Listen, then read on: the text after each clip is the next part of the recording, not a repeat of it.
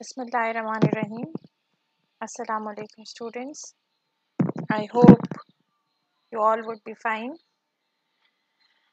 As you all know that due to coronavirus, we could not arrange the classes in the university. So that's why we have tried to arrange online classes. I welcome you all here in the second semester, and we are going to have a course title with the name Communication Skills. And it's me, Umelela. Most of you would be new students with me, and I hope we will be having good time with each other. So I was telling you about the course title, that is Communication Skills. Student, this is no doubt the most important subject that is to be studied in your this semester. Now, why it's important and why it needs to be studied at this level, you all know that whenever we have something in our mind, any idea is there in our mind, the other person can never know about that idea until and unless you are going to express it. So, you all students are getting education, you are getting knowledge about different ideas, things, and when you will be asked in the later stages of your life, for example, if you are going to have an interview in your future life, and if the interviewer panel they are asking you something with respect to any idea, and if you are unable to give answer, or if you are unable to express yourself either in spoken form or in written form, then everything would be useless. So why we have added this subject in your outlines, or why we have added this subject in this semester, to make you people aware about the strategies, the skills, how to write in better way, how to speak in effective way, so that you would be able to express yourself in successful manner. So whenever you would have a chance in your future life for expressing yourself, you would never be able to just have a blank face.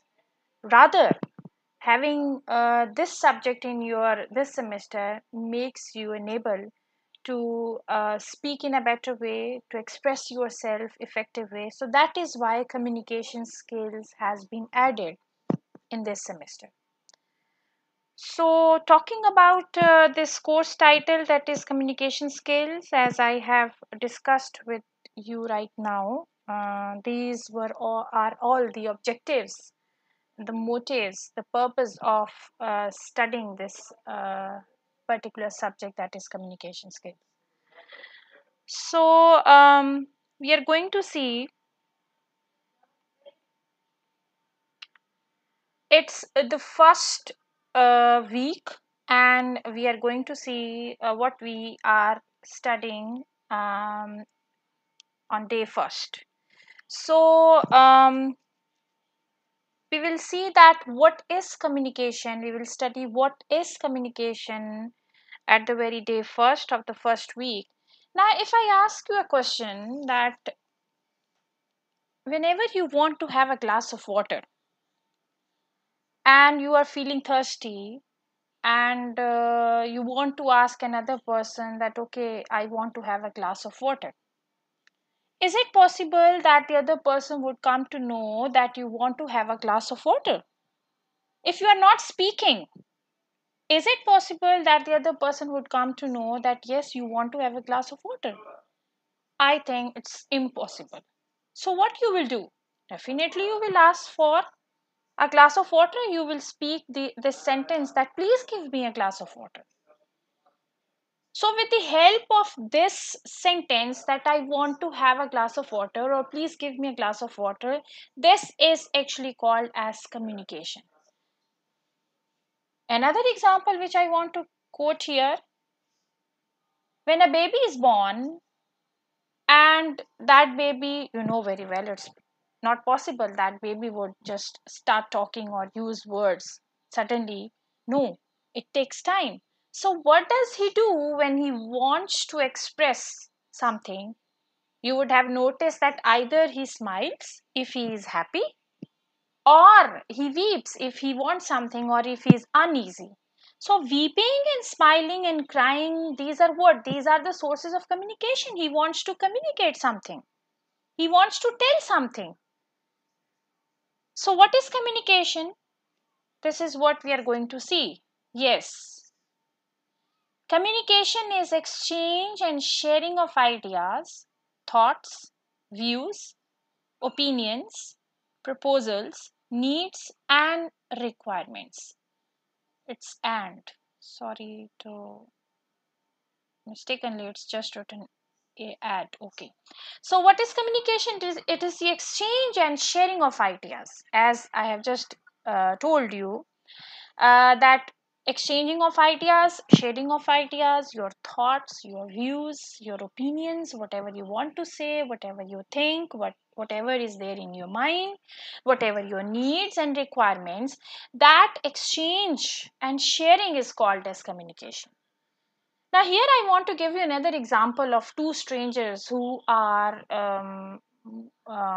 sitting in a bus, or who are on board on bus, and they are going somewhere. Now those two strangers would remain stranger to each other until and unless they are sharing their views. Okay, with the passage of time, one of them would ask, what is your name? The other person would tell that my name is this. Now with this exchange of their different ideas and thoughts, now they are no more strangers. Definitely they would be familiar with each other. So here, with the help of communication, relationships are developed. So, what is communication again?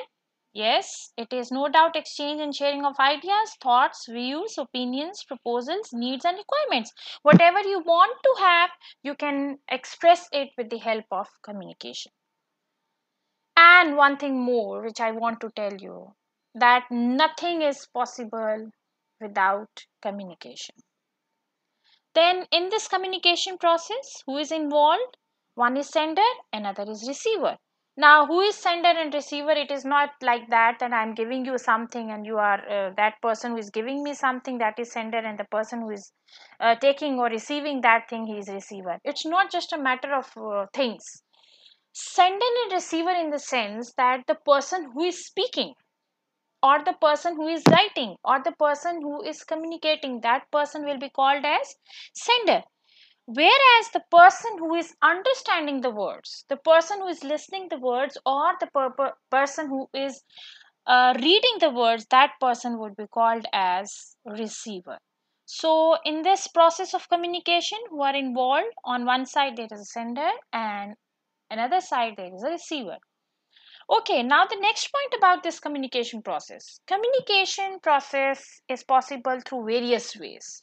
It can be possible, or it is done either through oral, through written, through signs, symbols, gestures, and colors as well. Oral means when you are speaking, when you are face to face interacting with each other, when you are using words. And written is, yes, when you are writing. For yes, I want to give you the example of an oral communication. For example, if you are sitting with your friend, and both you and your friend, you are talking with each other, you are speaking with each other, so that is actually called as oral communication. Whereas when we talk about written communication is what? For example, if you are writing a letter to your friend, so that is actually called as written communication.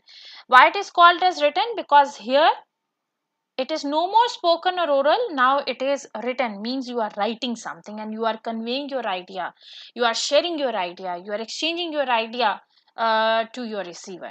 Next is what? Yes, communication is not just possible, or it is not just done with the help of oral and written. It is also possible with the help of signs, symbols. Yes, signs and symbols. If I give you an example of traffic on the road, you would have seen many signboard. There is a signboard of U-turn. Now that signboard doesn't speak, whereas with the help of just a symbol or sign, you just see the arrow and you come to know that yes, here it's a U-turn, right? And if another example, you would have seen the sign of zebra crossing. So that is another example of communication. Why? Because any idea is expressed with the help of signs and symbols.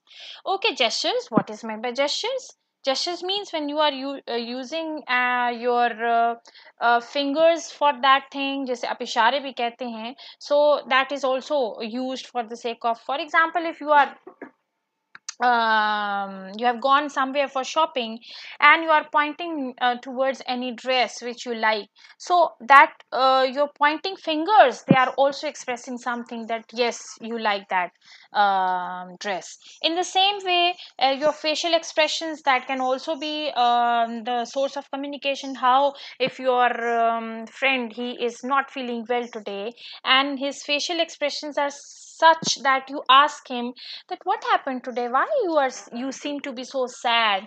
So those facial expressions can also be a source of communication.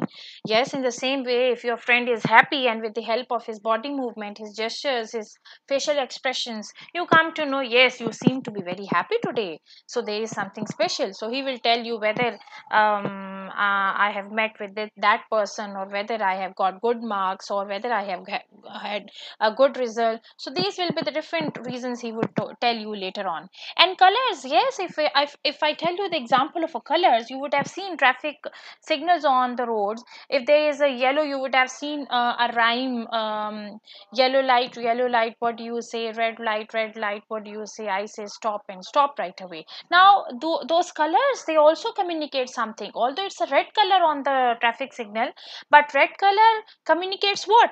That yes, you have to stop here.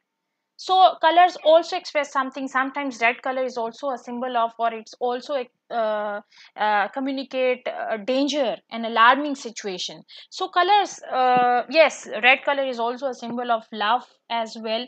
So colors also communicate something in another.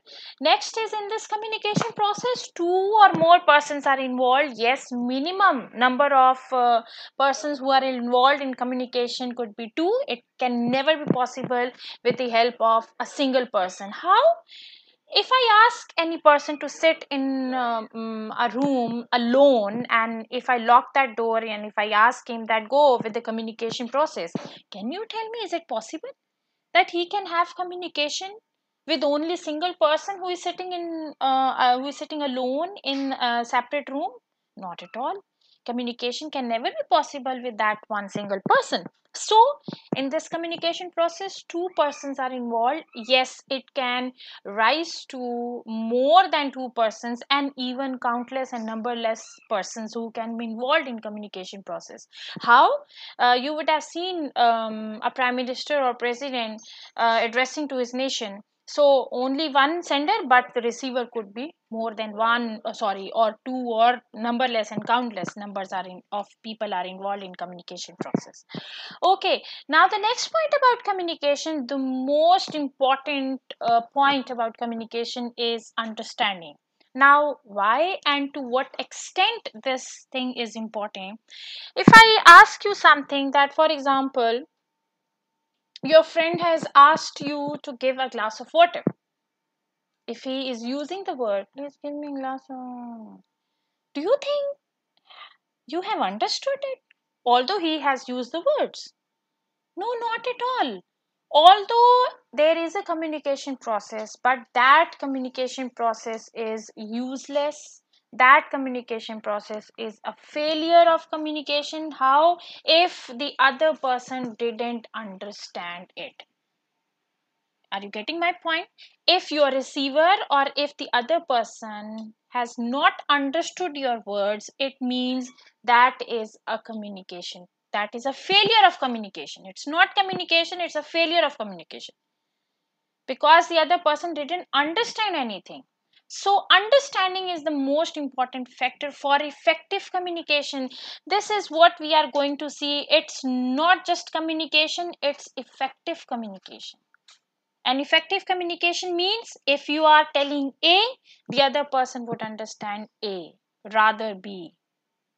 So communication process will always leads to completion when you are successful in making another person understand whatever you are telling.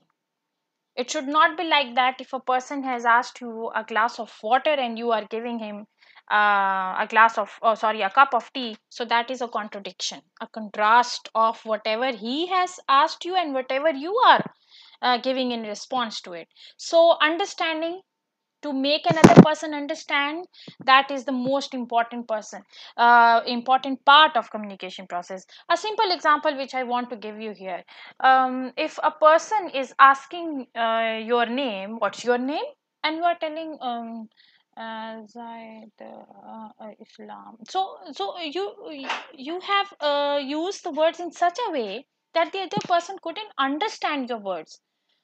So that leads to failure of communication. Your loudness, your clarity, your organized structure, your proper way of communication, everything is involved for making another person understand. So last point about communication is what? Feedback. Yes, feedback is what? When you are giving response to communication process. So communication will always be completed when you are giving response to another person, right? So the next slide is components of communication. Components of communication means what? Components means, yes, if I give you an example here, suppose you want to have a cup of tea and you are going to prepare a tea. So what ingredients you want for that? You want tea, sugar, water, stove for it, sugar as well. And if I ask you that if there is no availability of water or if there is no availability of stove, can you make tea? Not at all. These all ingredients are equally important for making tea. In the same way, what are those important elements for communication process? Those elements, those important elements are called as components of communication process.